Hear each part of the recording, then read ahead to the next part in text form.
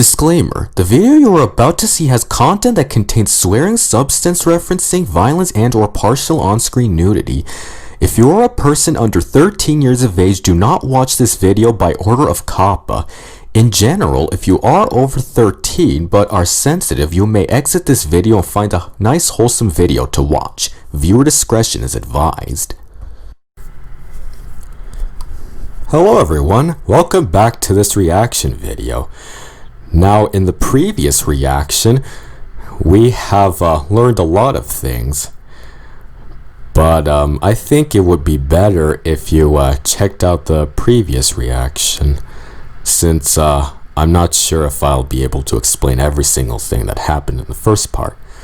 So, let's continue on and finish the second part of this trial.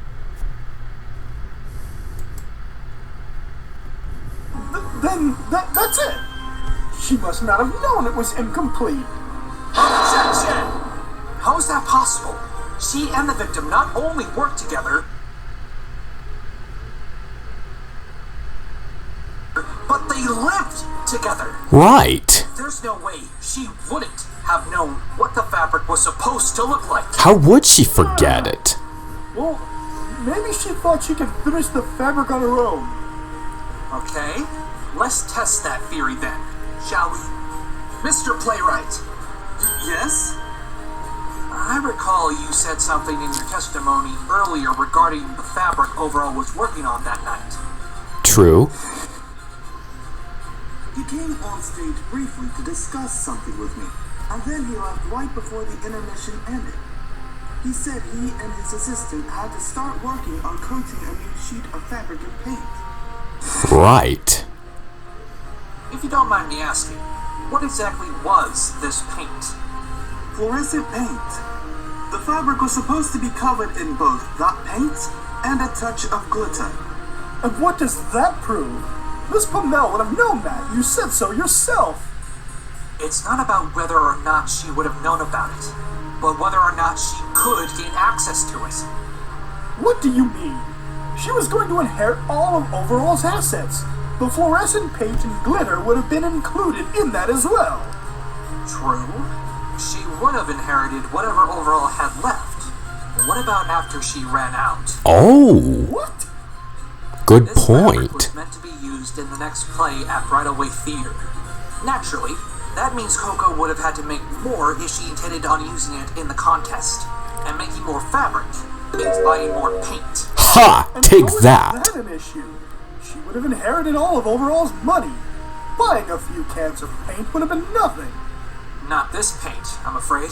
Nope. Explain yourself. Yesterday, when we were investigating the theater, Rarity, one of the most fashion-forward ponies in Equestria, had a few things to say about this fluorescent paint. Right. Fluorescent paint? Such a thing exists? Where can I get this paint? It might help with my business. Yup. I still wonder where he got this paint. It must have been awfully expensive, especially since he used so much of it. Uh-huh.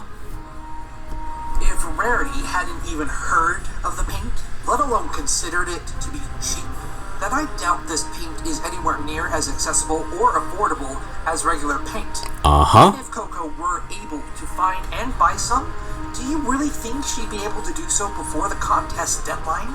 Or spend that much of her newly earned money on a chance that the fabric would be good enough to win a contest? If she lost, she'd have a very hard time making that money back.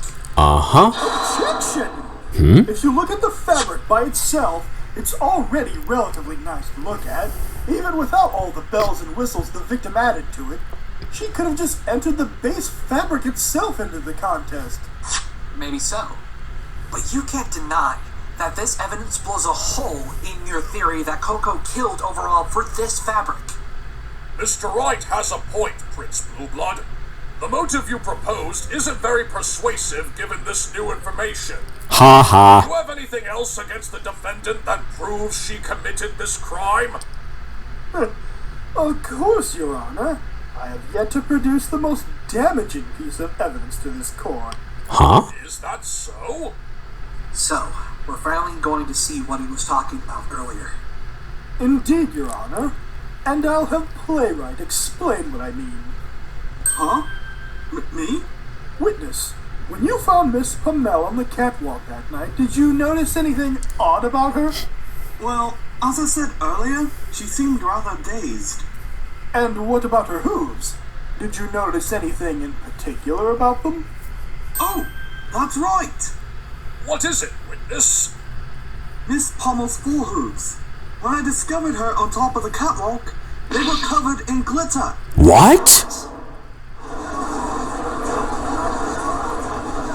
The defendant's forehooves were covered in glitter? What does this mean? Allow me to explain, Your Honor. Recall that Miss Pamela and Mr. Concept were working in the dressing room prior to the crime. During the course of their work, the defendant must have gotten her hooves covered in glitter. Oh! So the glitter marks on the fabric roll? Precisely, Your Honor. They were left behind by Miss Pamela when she used it to hit the victim. No. This can't be. And now the prosecution would like to submit our final piece of evidence. The noose. The noose itself? The court is no doubt aware of the fact that this is the noose used to hang the victim to death.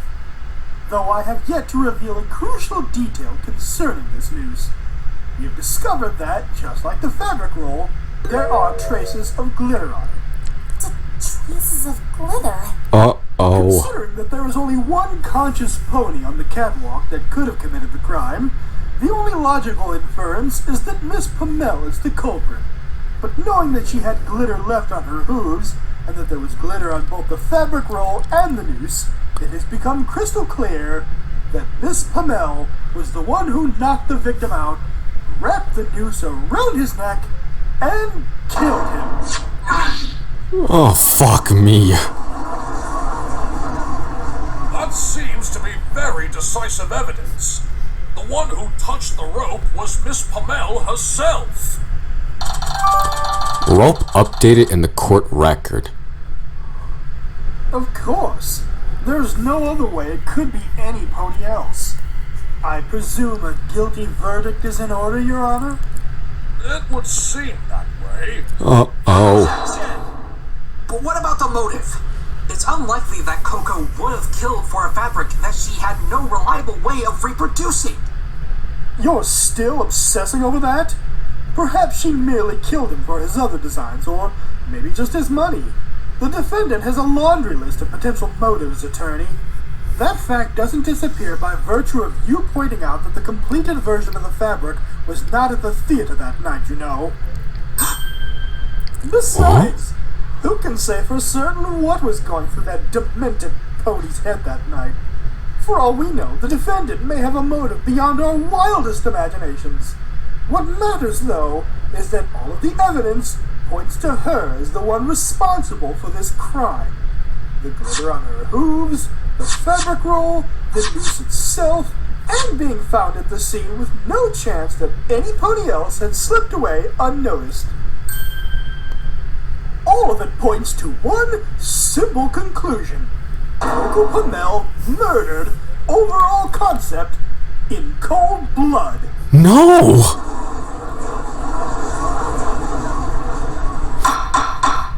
Order! Order in the court! Mr. Wright? Yes, Your Honor? Oh boy. Blue Blood has presented a very convincing case, even if the motive is somewhat unclear at the moment. I'm afraid if you have nothing further to add, then I will have no choice but to end the trial. Oh man, we're screwed. Chance, Mr. Wright. Do you have anything else to present to this court to counter the prosecution's claims? Well, do you? Of course he doesn't. If he did, he would have presented it a long time ago. No one asked you. This is it. I mess up here, the trial's over. I need to present something that casts significant doubt over Blue Blood's claims. I believe he may have unintentionally given me just the hint I needed. Your Honor, I do indeed have something to present to the court at this time. What? How could you possibly? Now, Prince Blue Blood. Save your surprise for after you've seen what it is Mr. Wright has to present. Mr. Wright, please present this piece of evidence to the court. Yes, Your Honor. Take that! Is that a torn piece of fabric? Oh! Really? That's it?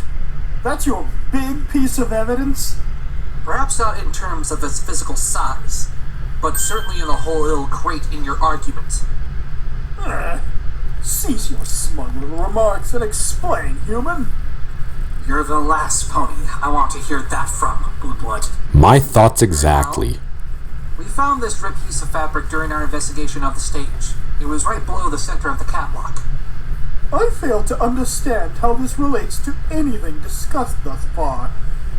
Well, how about we let the one who requested the fabric explain it to us then? Huh? Me?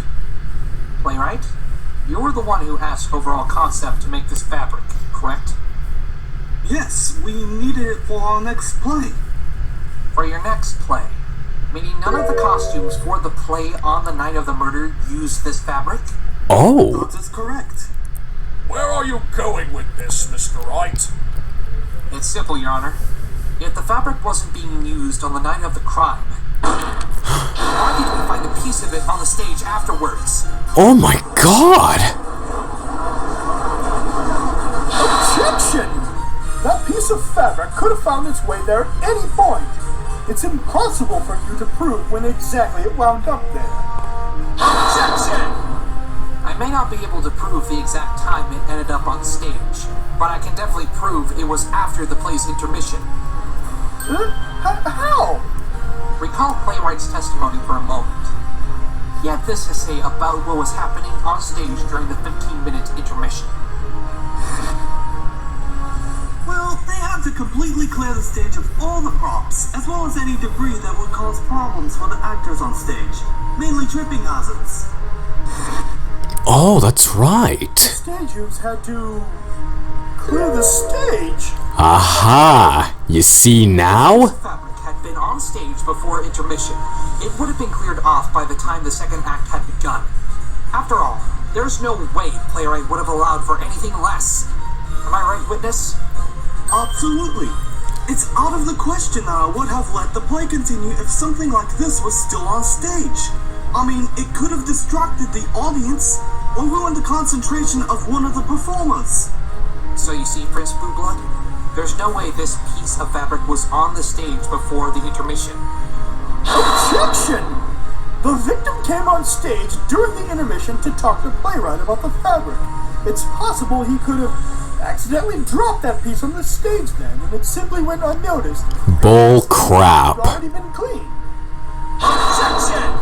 Sorry, but that's also impossible. You see? Why's that?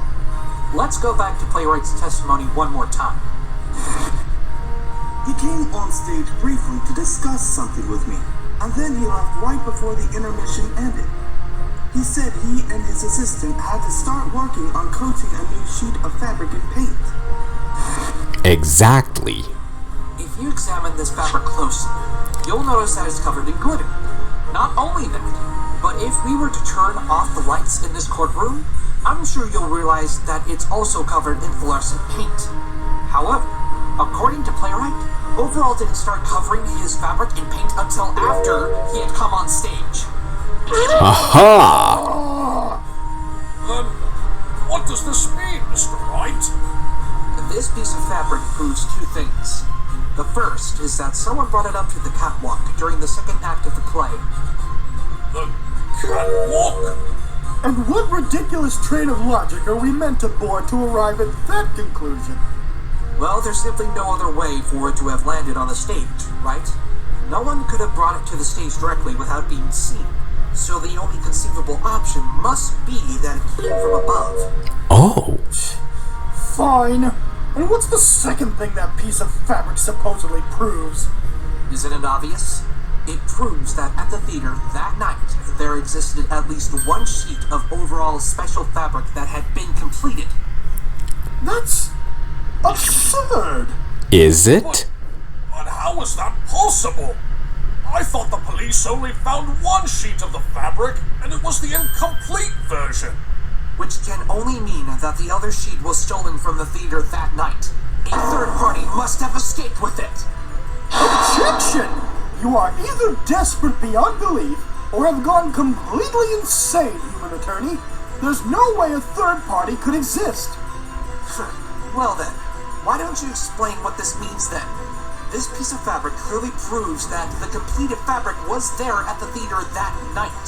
So why didn't the police find it? Well, Simple. The defendant had hidden it prior to the crime. She must have been planning to steal the one sheet of fabric all along. When Overall Concept saw that it was missing, that's when Coco attacked him. I suspect she hid it in a spot where none of us could even find it, which is why it is still missing even now. That's impossible. The discovery of a piece of fabric on stage proves that it was out in the open somewhere. The stage was cleared in preparation for Act 2. The fabric must have been taken either on or above the stage during the second act of the play. Otherwise, we wouldn't have this piece with us today. true. In fact, Playwright, I need you to clarify something for me. And what would that be? After the crime occurred, was there someone watching the stage at all times? Yes, there would always be some pony either on or watching the stage. The fabric would have been noticed if it was brought on stage at any given moment. That settles it then. This indicates that the fabric had to have gone up the catwalk once the second act started, which means Coco couldn't have hidden the fabric beforehand. It must have gotten torn somehow, and a piece fell to the stage below. Objection! You've forgotten that if some pony went up that catwalk with that fabric during the second act, they would have been spotted holding it by Playwright or the stage hoops on the right wing of the stage. If that fabric glows in the dark, then it should have been almost impossible to miss. But none of the theater staff have said anything about seeing somebody carrying a glowing sheet of fabric up the catwalk. He's right. Even if you take the stage hoops out of the picture, Playwright definitely would have noticed if the victim had been carrying that fabric. Then I'll propose another theory. Another theory? Playwright said in his testimony he only got a small glimpse of Overall running up the stairs. Correct. And what of it? Well, what if there was some pony ahead of Overall? Then Playwright wouldn't have been able to see them, meaning a third party could have been involved from the start. Oh! Oh please, like that's even possible. What do you mean? If this third pony exists, then how did Miss Pamel not see them? If she was following Mr. Concept the entire time, there's no way the defendant would have missed this third pony escaping. At the very least, she should have seen them on the catwalk. Yet has she mentioned such a thing? No. So, how do you explain that, attorney? Actually, it's quite simple. Simple? This should be good. When I spoke to Miss Pamel, she told me that she had been suffering from memory loss and headaches. I believe it's possible that during the crime, she was knocked unconscious by this third party, and the headaches and memory loss was the side effect from her being knocked unconscious. Do you really expect me to believe the nonsense you're spouting? You do realize that you're speaking for the defendant, right? She's obviously lying to save her own flank. Is she now? If she were hit on the head hard enough to leave a bruise, what makes you think that this incident happened that night and not the day before? And what kind of weapon would this mystery third party have used to knock her out? I demand you show evidence that she was struck on the head the night of the murder. Gladly. Here it is. Take that! The fabric roll? And how does this prove anything? Just wait. Before the trial started, we noticed that there was some glitter stuck in her mane. I believe this is the result of being struck by the fabric roll. How in Equestria would that result in glitter getting stuck in her mane? Splinters and wood chips, maybe, but certainly not glitter. Well, as you pointed out, there are traces of glitter on the roll. What if some of it ended up in Coco's mane as a result of getting hit with it? Ah. Preposterous. The glitter on that roll came from when the defendant held her in her hooves to attack the victim. Can you prove that that's the exact scenario that caused the glitter to end up on the roll? Well, no. But how else could it have gotten there? Let's stop and think about where this roll came from. The dressing room. I think it's very likely that the roll could have gotten covered in glitter there. What do you mean, Mr. Wright? Here's what I think. Coco and Overall were working in the dressing room prior to the crime. During the course of their work, they must have scattered glitter around the table, where this roll may have been sitting. In fact, yesterday while I investigated the dressing room, I found a can of glitter that clearly showed signs of spillage, sitting right next to the other roll of fabric. After this third party stole the sheet of fabric, they were spotted and ran off.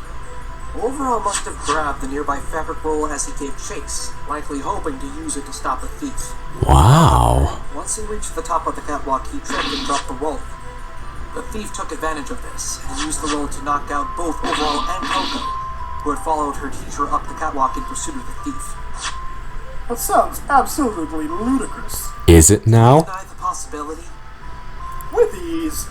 First off, even if this third party managed to make it all the way up to the catwalk without being spotted by Playwright, how would they have managed to get down without being seen by the stagers in the left wing?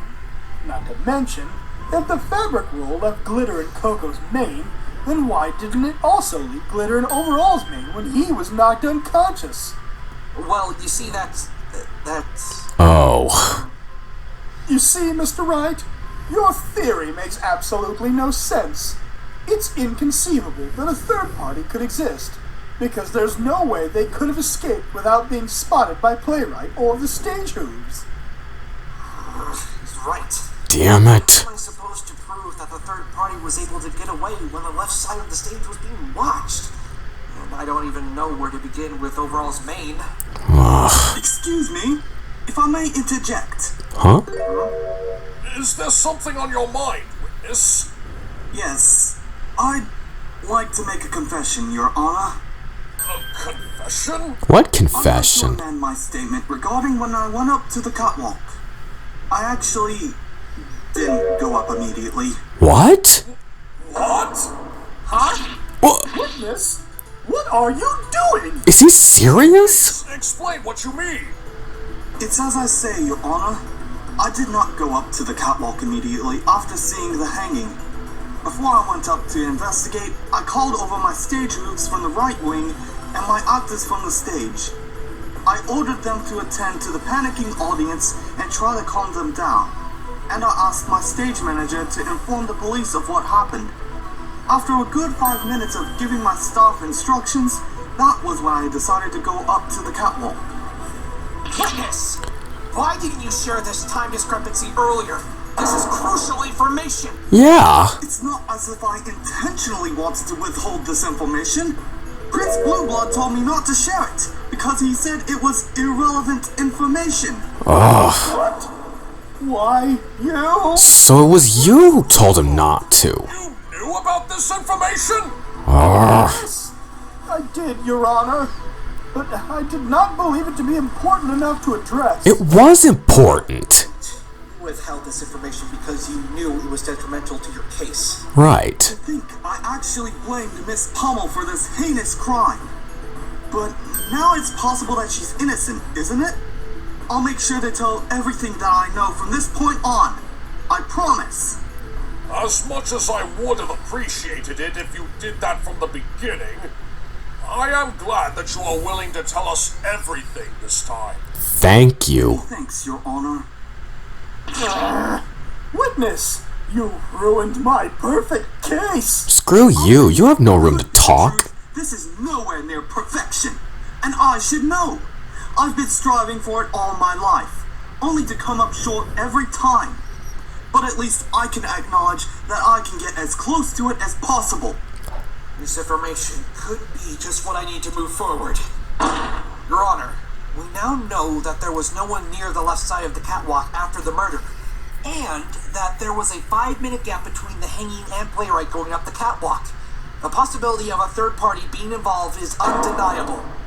Yes, I do believe this to be the case as well, Mr. Wright. Objection! Huh? No, there's still a flaw in that claim. What flaw? I'll have you know the police interrogated every member of the theater and all 5,000 attendees in the audience. If this pony really escaped with the fabric, then why was their absence not discovered during the course of the investigation. Well, the thief in question must have been someone who was not a part of the audience or the theater staff. Oh, really? And how did they get in? Through here. Take that! The back door? Oh. Your Honor. They must have come through the back door of the theater without purchasing a ticket. I'm willing to bet that's also how they left the theater after they stole the fabric. Ah, I see. Suggesting that this third party exists. I demand proof, filthy human. Proof! Give me something that truly convinces me that some pony else was here that night. You should be careful what you wish for, Prince Blueblood. Ha ha. Please, just show us the evidence already, Mr. Wright. My beard is quivering in anticipation. Here's the proof, Your Honor. Take that! A picture? Of what? Ah. You'll find out. What's this? Are those glowing hoof prints? They sure are. Excuse me?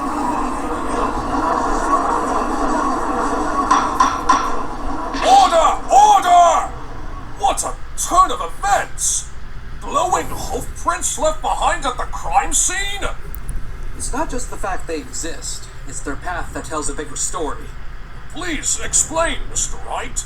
The hoof prints start at the dressing room, right where we're proposing that this chase started. The hoof prints then lead up to the catwalk, just like how Playwright described in his eyewitness account of the chase. And finally, they lead down from the right side of the catwalk and out the back door of the theater. This path was not taken by anyone else involved in this crime. The existence of these hoof marks without a doubt proves that a third pony was there that night. Alright. Objection! Huh? What kind of preposterous game are you trying to play, human? The police did not find any hoof prints of the sort during their investigation. This has to be false evidence. The court cannot accept this.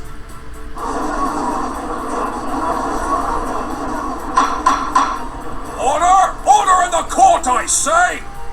Prince Blueblood, that is an extraordinary accusation. I've known Mr. Wright for years, and I had the misfortune of mistaking him for a crook once before. And thankfully, I was proven wrong. You're going to need some serious evidence to back up your claim if you continue with this assertion. Otherwise, I will hold you in contempt of court. Ha! But Your Honor... You better do as he says, Your Highness. The judge really just stood up for me against the prosecution. I'm actually quite flattered. You see, it's just that the police didn't see these hoof prints during their investigation. I believe the explanation for that is quite simple. Did the police ever turn off the lights during their investigation? Yeah, Of did course they? not. Why would they? Oh. Oh. The reason why the police couldn't see the hoof prints is because the only way to see them is by turning off the lights. In that case, shouldn't the witness have been able to see them when he went up to the catwalk? Well, why don't we ask him? Playwright, were these hoof prints on the catwalk prior to the second act? No, there were no hoof prints to be found before the second act. The catwalk was dark during preparation, so they would have been impossible to miss. And what about when he went up there after the murder? Did you see them then? No, I did not. Then the answer is obvious. The hoof prints were made after the incident, meaning that these glowing hoof prints have no relevance to this case. Actually, I think they do. Aha. Care to explain, witness? Yes, it's true that I didn't see the fluorescent hoof prints after the murder, but there was a good reason why. And what would that be? The safety lights were on. Safety lights? The lights hanging above the catwalk. They seemed to be on the fritz yesterday. That's how we found those hoof prints in the first place. Yup.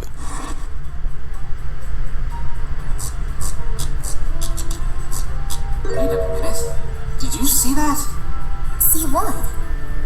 There's something glowing on the floor. Twilight, could you turn off the lights for a second? Yeah, okay. Oh. There. Huh? They're hoof prints. And they're glowing.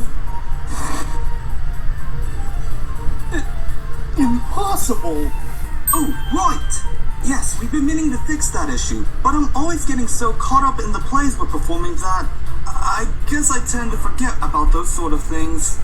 The pulley system isn't in the greatest condition either, which is why we've had to tie the rope to the catwalk instead.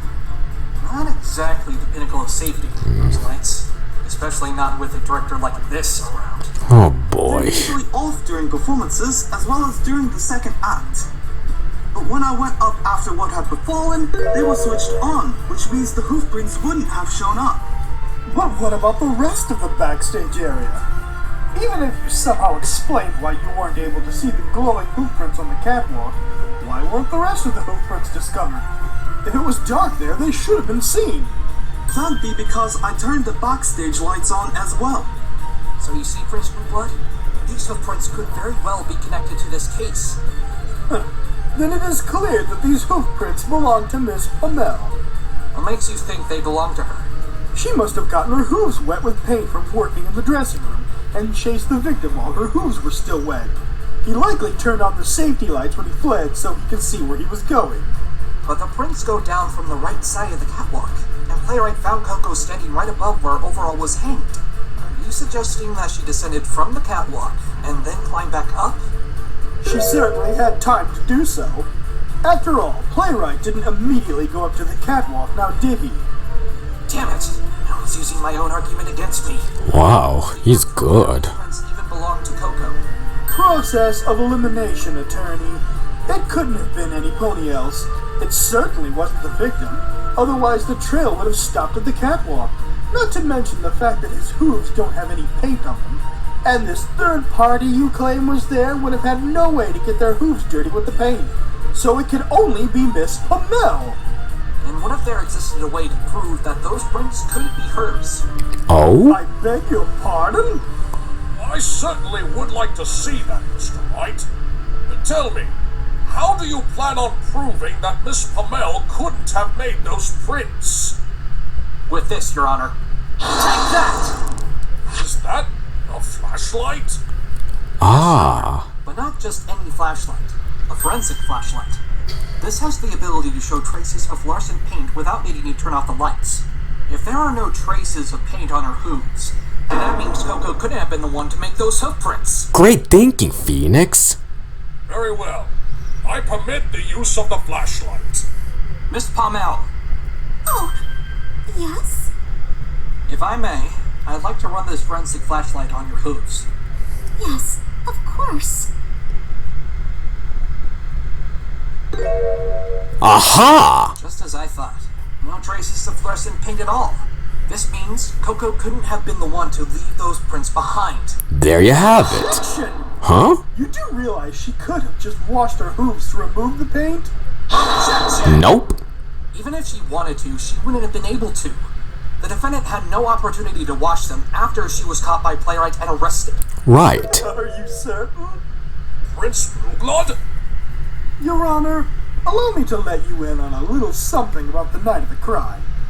It was raining. What? Raining? Think for a second. If Miss Pommel went out the back door with her hooves covered in this paint, then it could have all been easily washed off in the rain. But there was still glitter on her mane and hooves. The rain would have washed those out as well. True. It seems as if you've forgotten this little bit of testimony from Playwright.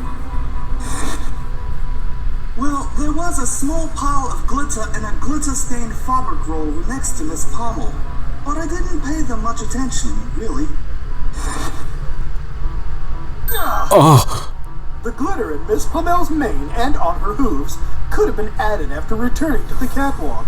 She could have seen the pile of glitter left lying there, put some of it on her mane and hooves, and then simply touched the fabric roll to leave glitter marks on it. Do you even know what you're saying right now? You're talking as if she replanted the glitter on herself on purpose. Why would she want to frame herself for the crime? yeah, that's stupid. The illusion that a third party exists, of course. What? Yes, it's all coming together now.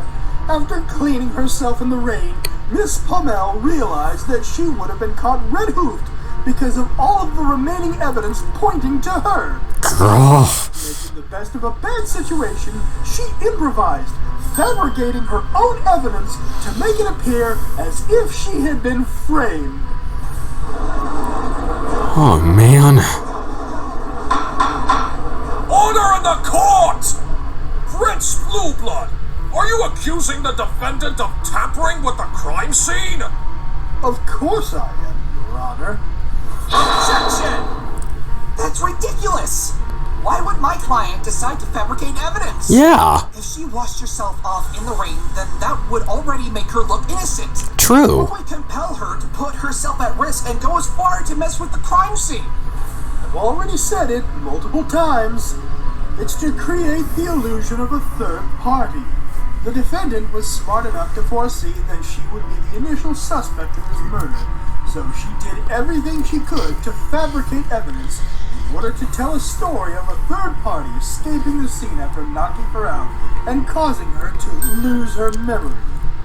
That's insane! Yeah. Prince Blueblood, I am honestly having some difficulty believing all of this to be possible. Though, admittedly, I'm rather curious as to what led you to this conclusion. Your Honor, I am confident another theory can demonstrate to the court why I am right. Another theory? Please explain. Very well. Allow me to run through my theory of the events after the murder had been committed. First, the defendant went down from the catwalk and outside to wash her hooves. Next, she retrieved the fabric from where she had initially hidden it. Heading back outside, she found a secure hiding spot where it wouldn't be found by the police. As she was hiding the fabric, she tore off a piece of it as part of her ploy to create misleading evidence. Lastly, she ran back up to the catwalk and covered her hooves in glitter, while also leaving some traces of it in her mane. She then dropped the piece of fabric off the catwalk and left glitter marks on the fabric roll. All of this was done to fool us into thinking that a third party had stolen the fabric, ran up the catwalk, killed the victim, and hit her on the head before escaping. Don't you see, human? You've fallen right into her trap. Oh, crap. Oh, man, this is not good. This is preposterous! You're truly saying that the defendant forged evidence to make herself look innocent? Indeed I am, Your Honor. I can see right through her little tricks. And this filthy human fell for it. No! There has to be something I'm missing. Something that proves Coco didn't do anything that Blueblood is suggesting. But how? Do you have something, Twilight? Huh? You've been quiet for a while now. Have you thought of something? Sort of. Well, do you think it'll get us out of this situation? It has to. Well, I think so. Really? What is it? Think about where the paint came from. You mean the dressing room? Yes. You said that a third party could have also been in the dressing room to steal the fabric. That's what I suggested. Let's assume what you said is true.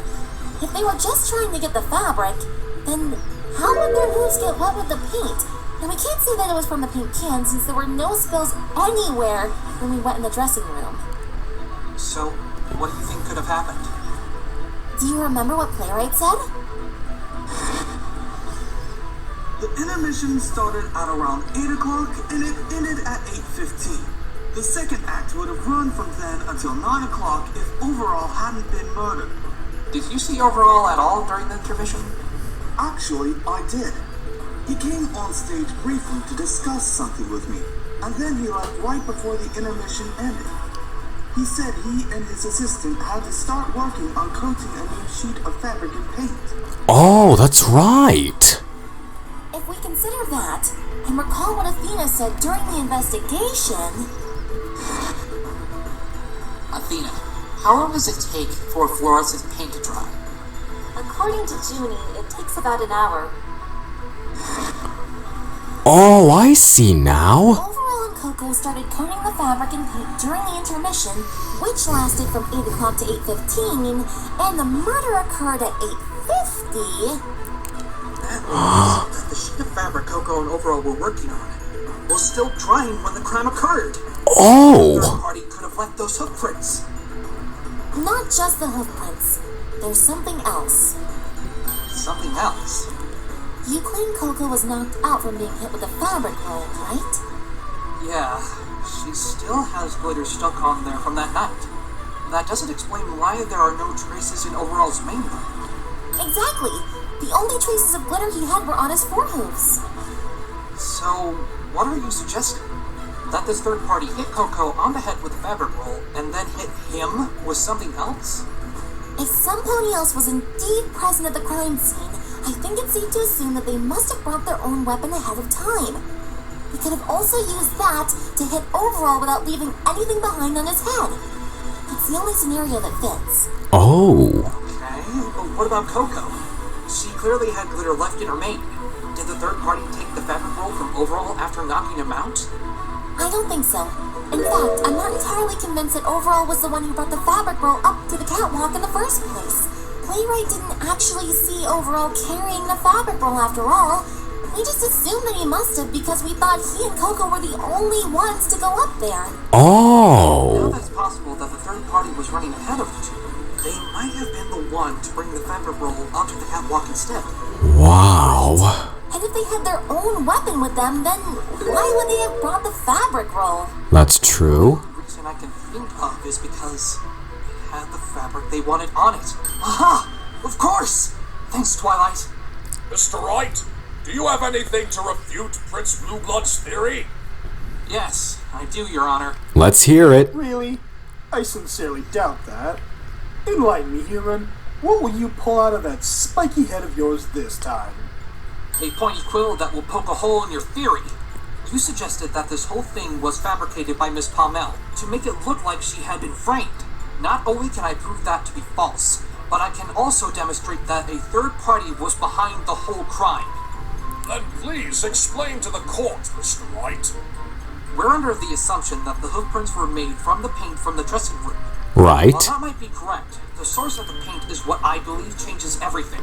Ah. And what would this source be? That would be the fabric roll. Really? Where are you going with this? I'm getting there, Blue Blood.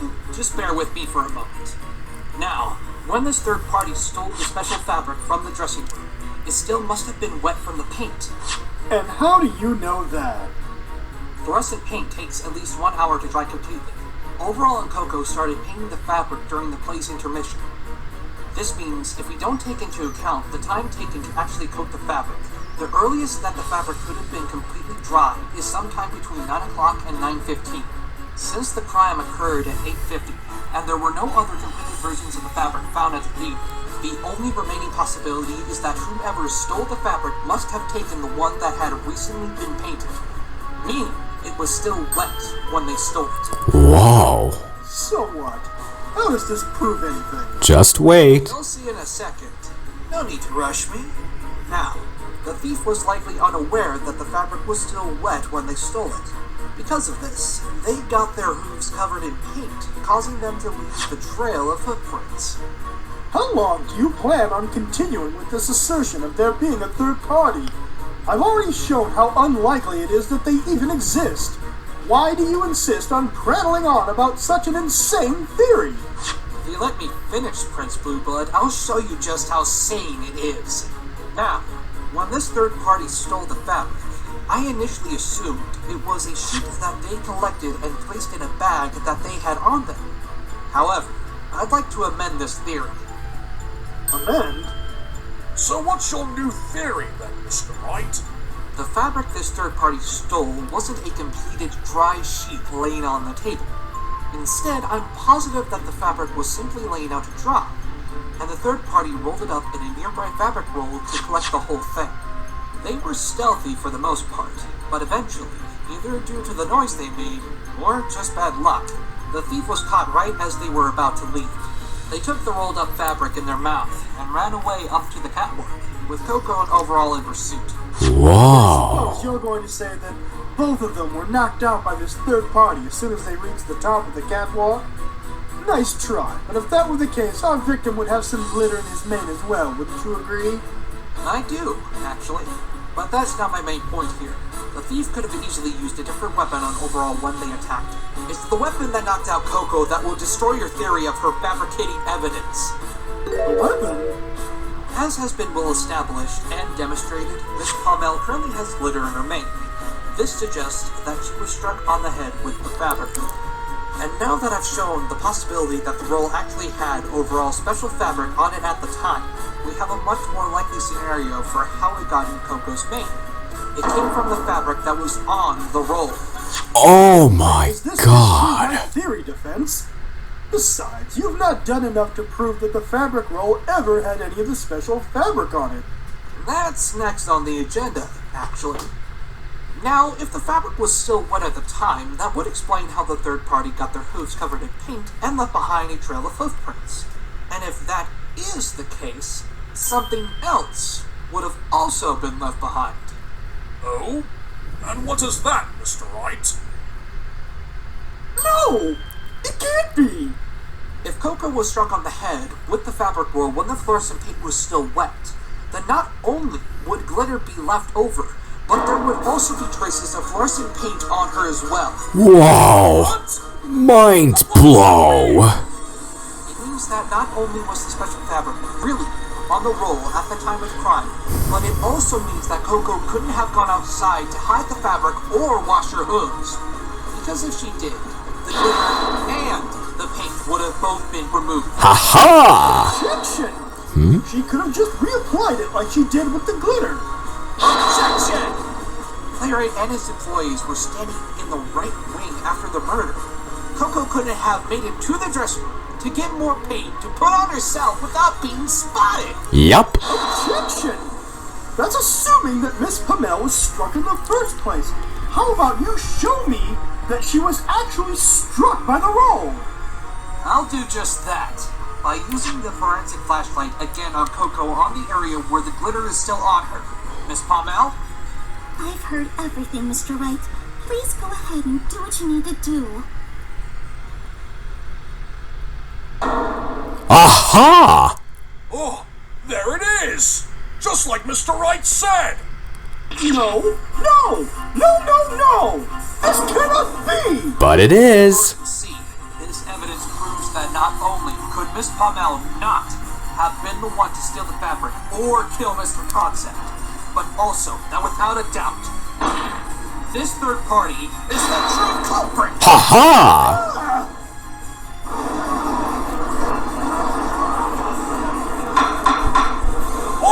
Order in the court!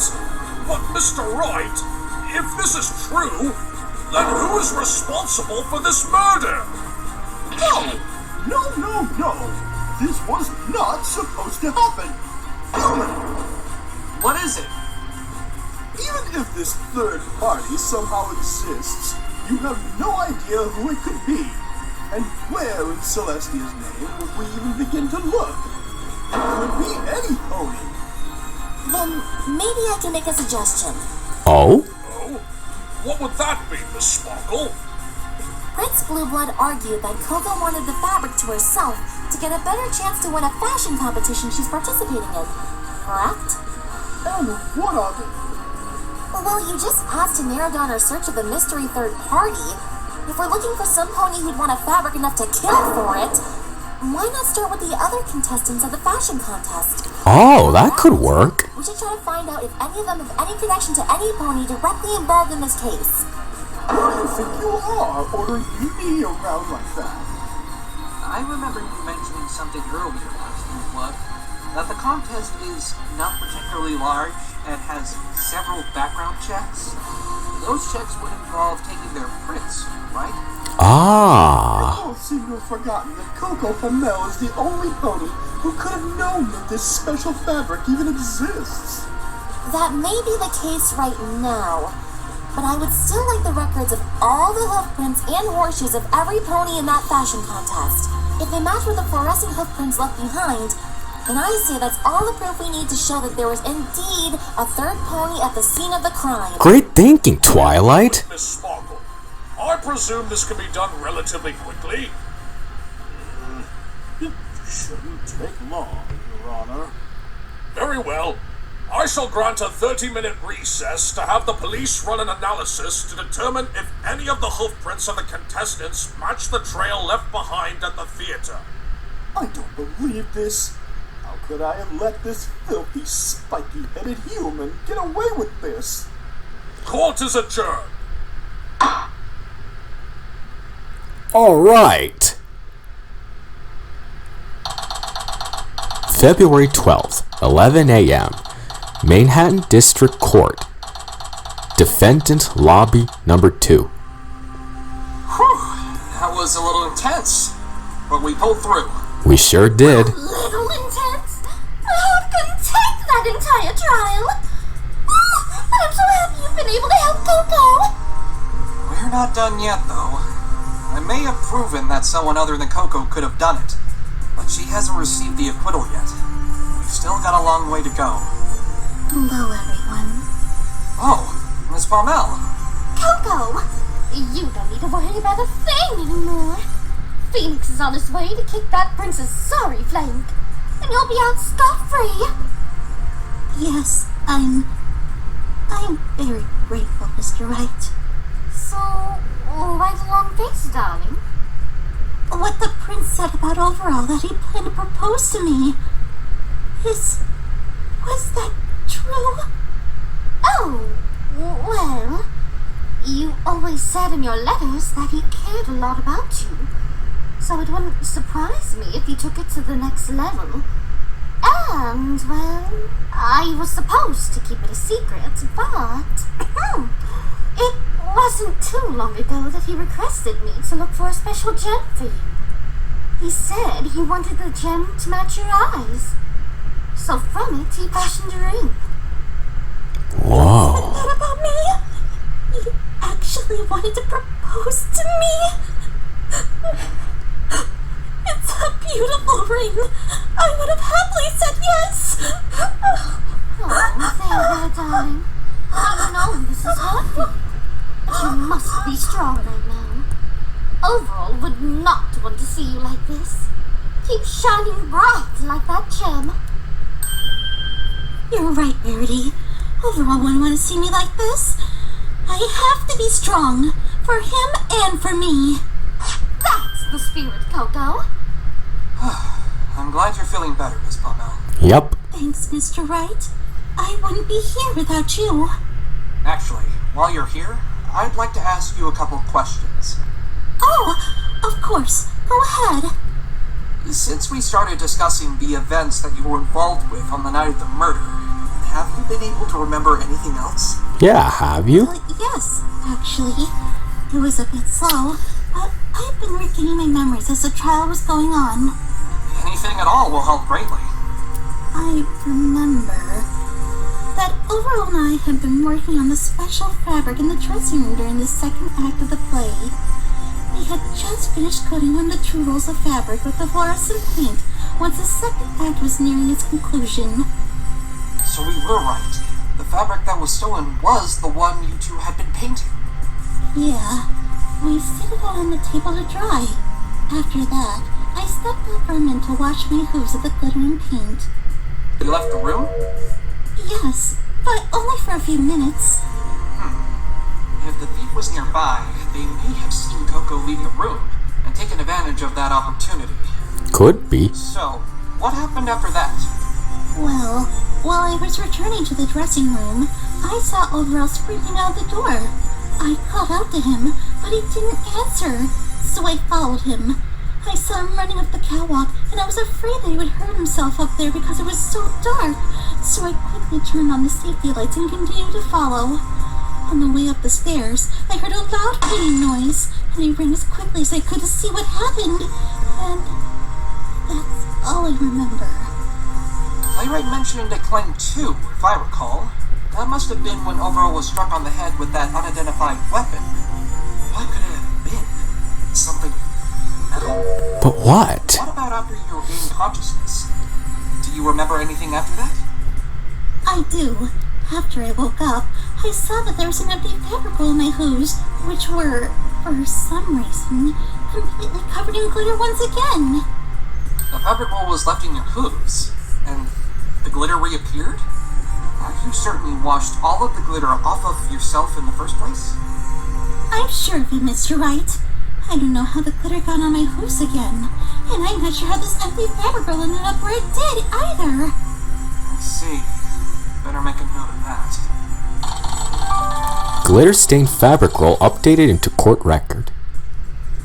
Is there anything else you can tell me? Not that I know of. Everything else happened exactly as Playwright testified. He stayed with me until I was taken away by the police. As soon as I got to my cell, I shoved the glitter off my hooves as best I could. I see. Well, hopefully what you do remember will be useful in some way. I hope so, Mr. Wright. Now, Twilight, I have a question for you. What is it, Phoenix? I'm curious as to why you're so sure that the third pony from the incident was a contestant of this fashion contest. I don't understand how anyone else in the contest would have known about the fabric. And just because they could possibly have a reason to steal the fabric for themselves, it's still not exactly a concrete conclusion, even if it did help us out. I understand your uncertainty, Phoenix. I'm pretty sure all the contestants would be confident in their own ability to win. However, there is one particular mare that we know that would do whatever it took to win. Well, who would that be? Surrey Polo Mare. Oh. Whoa, the mood turned rather quickly there. You don't know the half of it. Huh. Who is she? You recall when Rarity bumped into that one mare during yesterday's investigation? Oh, that pony? I remember now.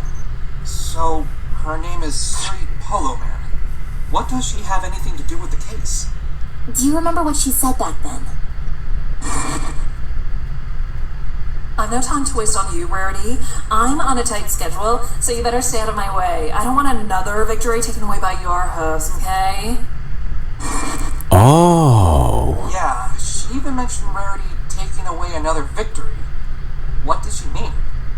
I believe I can explain. Please do, Rarity. Several months ago, I was involved in a similar fashion contest to the one Coco entered. And Surrey was a contestant as well. I had my own special fabric, and she was enamored by it. So I let her use the fabric for small touches on her own designs. She ended up using my entire fabric and claimed it as her own. Despite that, I managed to beat her. But I didn't know that I won until Coco told me. What do you mean? Well, remember when I said I was an assistant of some pony? Wait, are you saying it was Surrey? Yes. It was her. In fact, when Surrey got a hold of Rarity's fabric, instead of making the dress herself, she made me do it. It was excruciating. And that part about Rarity not knowing that she won the contest until I told her. Surrey was the one who lied to Rarity and her friends and made me keep quiet about it too. Oh, so earlier in the trial... Did you really have so little money that you could barely afford a place to live? Yes, especially after I quit being an assistant to my mentor. She always made enough for both of us with the designs she sold. Yeah, that's true. Surrey is a great designer, but when it came to whose work she would sell, she almost always chose to sell designs I had made over her own. She didn't even have the courage to mention that they weren't hers. Wow, this pony sounds so selfish. Yup. I know, right? Not giving somebody proper credit and stealing to boot. She has absolutely no dignity. But do you think she would actually go as far as murder? That's true.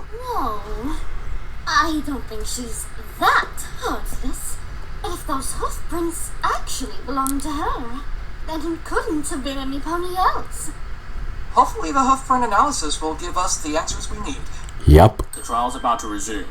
Will the defendant and her attorney please return to the courtroom? It looks like they've already finished their investigation. Let's hope we don't get any bad news from this. Hold up, Twilight. There's still one more thing I want to talk to Coco about. Huh? What is it?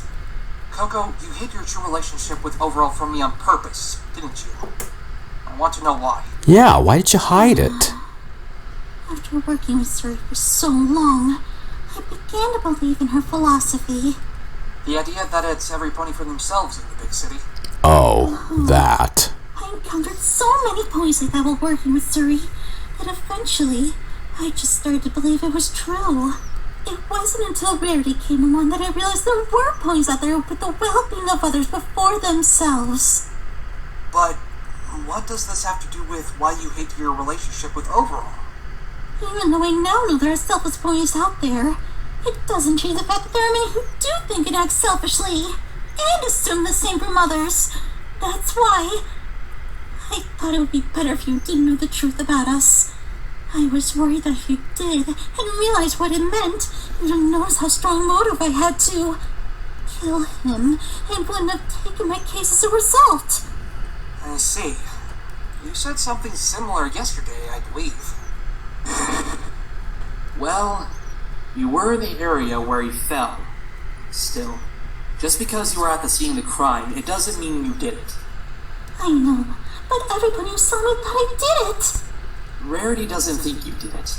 She certainly believes you wouldn't have the heart to kill. Although I appreciate her believing I didn't do it, it's not enough to convince every pony else. Oh yeah, she did say that. You were frightened by the looks everyone was giving you while you were being arrested. That's why you thought you had to hide the truth from me. Yeah. But because of that, Coco, we were put in a very tough spot. I was completely unprepared to argue against Blue Blood's assertions.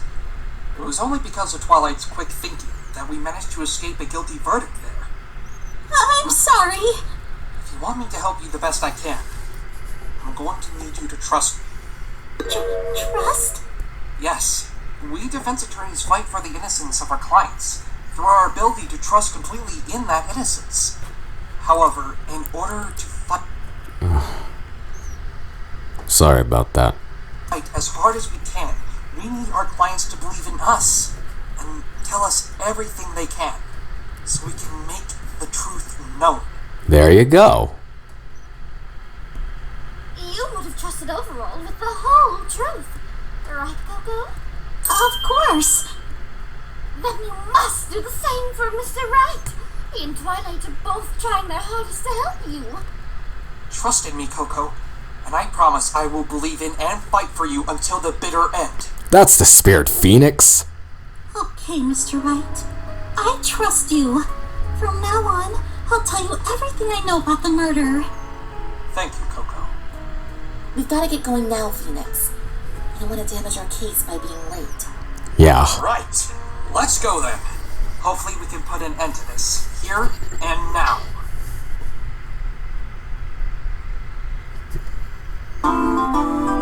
To be concluded.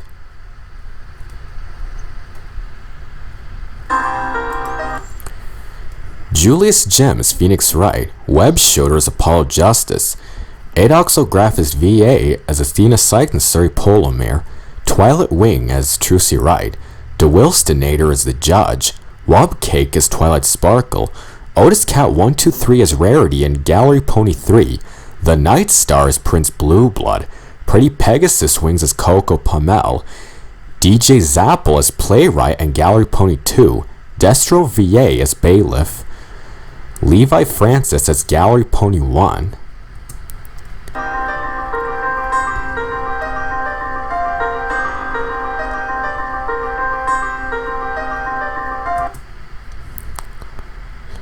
Ah, so most of the music are from Professor Layton vs. Ace Attorney.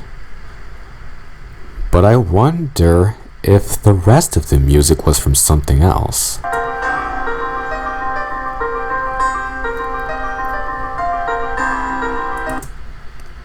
I knew it! Some of those music cues were from the anime. Well, good to know.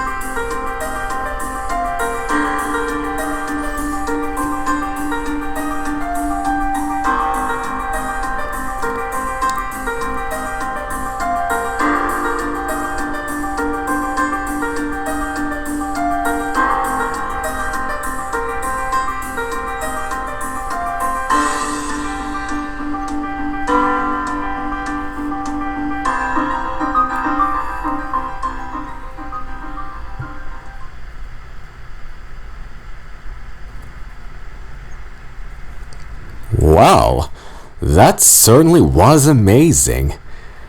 And I am certainly looking forward to how this episode will conclude. Alright everyone, this has been part 2 of 3 for the first case of Elements of Justice. Let's hope it will take some shorter time for the third part to be finished. Alright then, thanks for watching this with me guys. This is Jordan and I'll see you all next time.